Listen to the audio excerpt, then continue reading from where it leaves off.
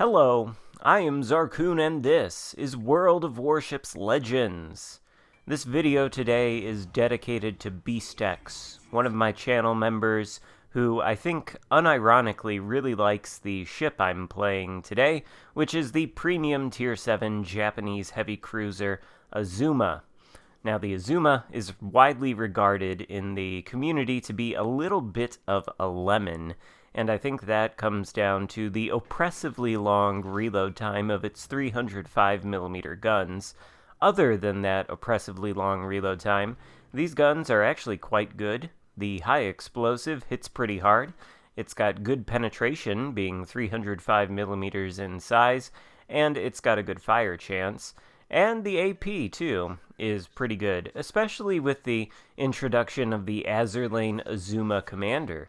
That's who I've got at the helm of the ship at the current moment, and her unique skill increases the AP penetration by a certain percentage, and I think it does something else too.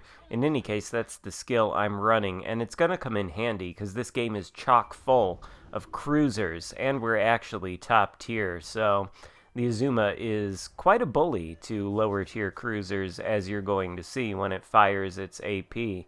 Unfortunately, this game, while it does result in a Kraken and nearly a pretty epic carry on my part, at the very end, I'm not able to quite bring it home because, well, to be charitable about it, my teammates make all the wrong decisions at all the wrong times, and that's starting out to be true right over here on this very flank, with the friendly Surrey pushing up in between the gap of these two islands to shoot at and get shot in return by an Edinburgh and I think a York out there.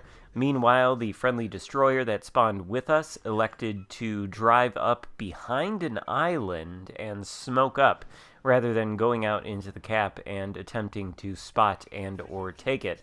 So right off the bat, we are not off to a very good footing. The Surrey requests assistance, and that is what I intend to provide him. I've got the armor piercing loaded for this Edinburgh, but there is no sense in trying to push into that cap with him. I've said in battleships you don't really want to do this kind of thing, which is push bow in and just point your bow at the enemies and shoot at them until they are dead. That completely compromises your maneuverability, and the same is true in cruisers, especially cruisers like the Surrey. You definitely don't want to push in there and just get shot at. It's not going to end well for you.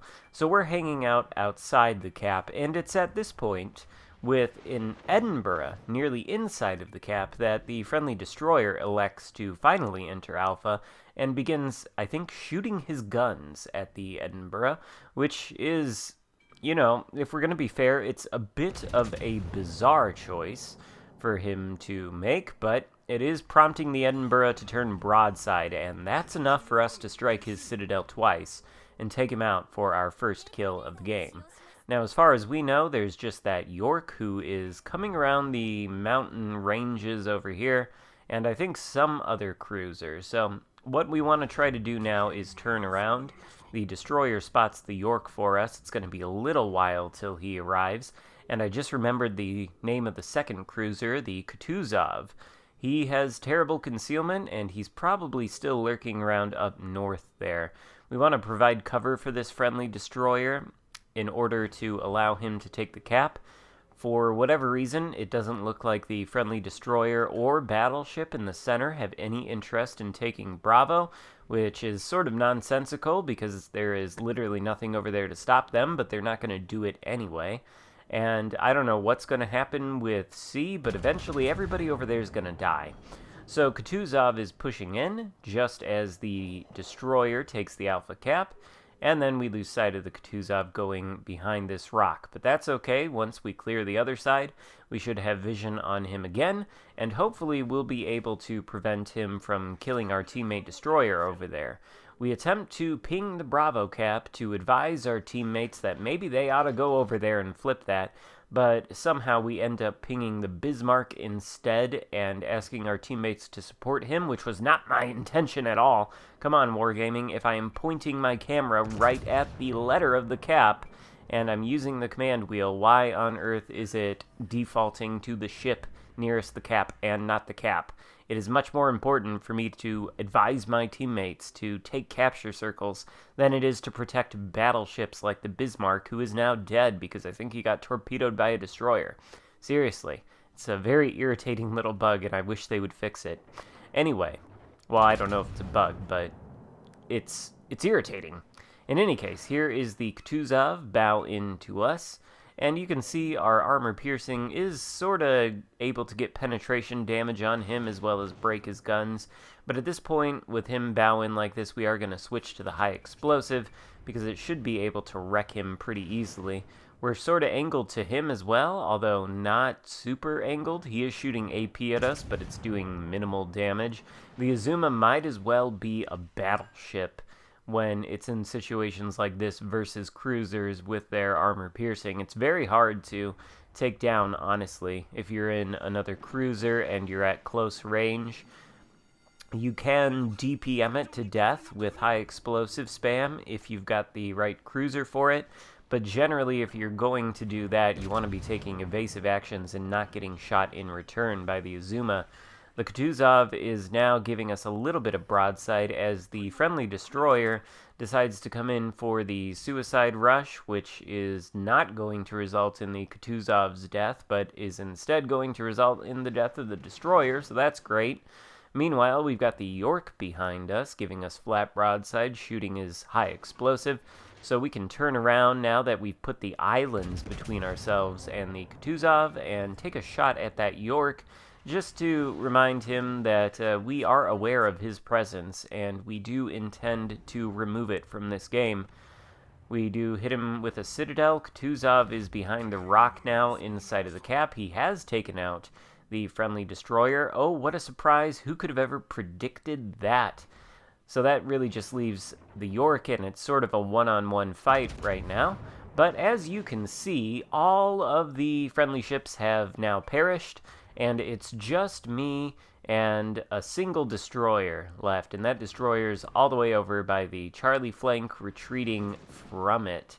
So this is the part of the game where things are going to go amazingly wrong, and in fact, by the end of this, you'll be about as crushed as I was, because this is going to turn into an eminently winnable game. How's it going to do that? Well, we've just taken out the York, so there's another ship off the board. We know the Kutuzov is in Alpha. He's very close to flipping it. We would have liked to have reset him in order to prevent that, but we just couldn't, so now we are going to push into the cap, turn on the sonar just in case he is lurking in a place where he can launch torpedoes at us, and we're going to retake this cap. We're going to need to do that. We can't afford to not have a cap, especially since the enemy is absolutely going to be able to flip Charlie with no resistance from our friendly destroyer. Kutuzov is heading away, and well, I'd like to be able to sink him as fast as possible. Time is of the essence here. There are under 7 minutes left to go in this battle, and we really do need to be efficient about this if we want any hope of winning. And we do have a hope of winning, because again, there's so many cruisers in this game. There's actually only one battleship left, and really that just gives me hope that this game is winnable. And like I said, I think it would have been. In any case, now we are in Alpha. We're beginning the process of retaking it, and as soon as we clear this island, we should be able to deal with this Kutuzov in about one shot. And there's the shot. The Kutuzov is dead, but we were within torpedo range, and yep, there they are. We knew he'd be launching those, so we come to a complete stop, given that he probably launched them in our path. With an estimation of our full speed, we remove that speed, and we remove the threat of the torpedoes hitting us. Algeria out there takes a shot at us when we were spotted. Luckily, he misses, so he doesn't get a reset, and we are able to flip this cap. Now, here is where I take a little bit of an issue with what my teammate is doing. And that is the friendly destroyer, who, up until this point, could have hopped on that Bravo cap. There was literally nothing from stopping him. He was retreating south from C, could have turned right into Bravo, gotten onto the cap, and flipped it by this point. But he didn't. And now he's actually approaching the border of the capture circle, leading me to think that maybe he is going to enter it and flip it, which he needs to do. You can see the points are actually quite close. It's 264, 267 to 395. So if we flip this cap and hold on to it for long enough, then we should be able to get a points lead, so long as neither of us get sunk. Now Caracciolo is moving in, and so is Algerie. We're moving into a position where we're going to be caught in a crossfire between the two of them, and that is not something we can do.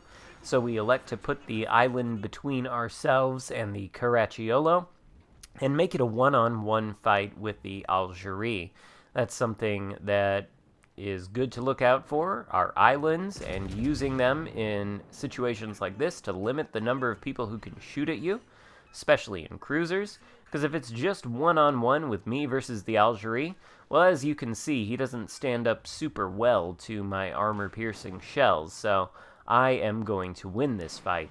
Meanwhile, the Caracciolo is flipping Bravo, and the destroyer is, for whatever reason, refusing to enter it, which I do not understand. I have no idea why he couldn't just send torpedoes through the gap, get on that cap, and prevent the Caracciolo from flipping it, and thereby prevent the enemy team from gaining more points from it. But for whatever reason, he decided he can't, and he is sailing toward me. He intends to sail all the way around the cap and try to torpedo the Caracciolo, which I think is exactly the wrong move at exactly the wrong time in this game, because there goes the Algerie, keeping the point situation pretty competitive. That just means we have to deal with one final destroyer and a final cruiser. And now the destroyer, well, we don't know where he is, and we haven't seen him since he was last spotted near the Charlie Cap, but turns out he's right here. He's an Akatsuki, coming right around the corner. He's not going to be able to turn to get his torpedoes off in time, and he's dead, so there's the Kraken for us. That just leaves the Caracciolo, who's no longer in the cap, and the last remaining enemy cruiser, whose name we do not know yet. Now, we've managed to get on the cap, since the destroyer couldn't be bothered to do it earlier, and we are hopefully going to be able to take it. If we can, then we should be able to easily maintain our points lead. You can see we've got a small one now after that kill on the Akatsuki. And looking back, maybe I shouldn't have pushed so far out here, because I'm wondering, where is that Caracciolo? What happened to him? He is the biggest threat to me, I believe, and, well, turns out he's still here. In fact, he's right there, and we are so close to taking the capture circle, but no cigar. He resets us, and at this point, we do not want to try to push into the Caracciolo. And I'm a little bit torn on whether or not this was a good idea, but we take a massive, well, not a massive, but a pretty chunky shot from the last remaining cruiser over the island there. Hits us for 6k, so we're thinking we're going to have to angle toward that part of the map, and doing that is going to force us to get out of this cap, which is unfortunate because that's going to allow the enemy to regain their points lead very swiftly here, and they are going to do it. Meanwhile, our destroyer, who, again, I don't really want to harp on the player or pick on him too much, but seriously, in a destroyer, your primary role is to take capture circles, not torpedo battleships. And this guy, well, he could have taken this Bravo cap a long, long time ago. Literally nothing preventing him from doing it. If he had, we'd be maintaining a points lead right now, because I'd constantly be resetting this Caracciolo. And even though he'd be stopping us from gaining points on this cap, well, we'd still have a points lead. But that's not the situation. They're gaining points from 2 caps. We don't have a points lead. And now that destroyer, who should have capped earlier, is forced to try to suicide torpedo the Caracciolo for the win at the last moment. Now Amalfi comes around the corner, broadside to us. We're loading the AP. The shot is out, and if this would have sunk the Amalfi, then we would have won. But it just doesn't quite have enough juice to do it. Only one Citadel on that salvo. We probably needed 2 to take the guy out, but we didn't get it. And because of the Azuma's really, really long reload time, well, we're not going to be able to reload before this game ends in our tragic defeat. It would have been an epic carry, though, on my part, I think. And it just goes to show that the Azuma can be quite useful versus other cruisers. So I don't think it's a bad ship. I think it's a mediocre ship. But take a look at that. 2,600 base XP on a loss. More base XP than the winner on the top of the enemy team's leaderboard. So pretty good game, I think. Hope you enjoyed it. If so, give it a thumbs up. Consider subscribing if you haven't already. And I'll see you next time. Goodbye.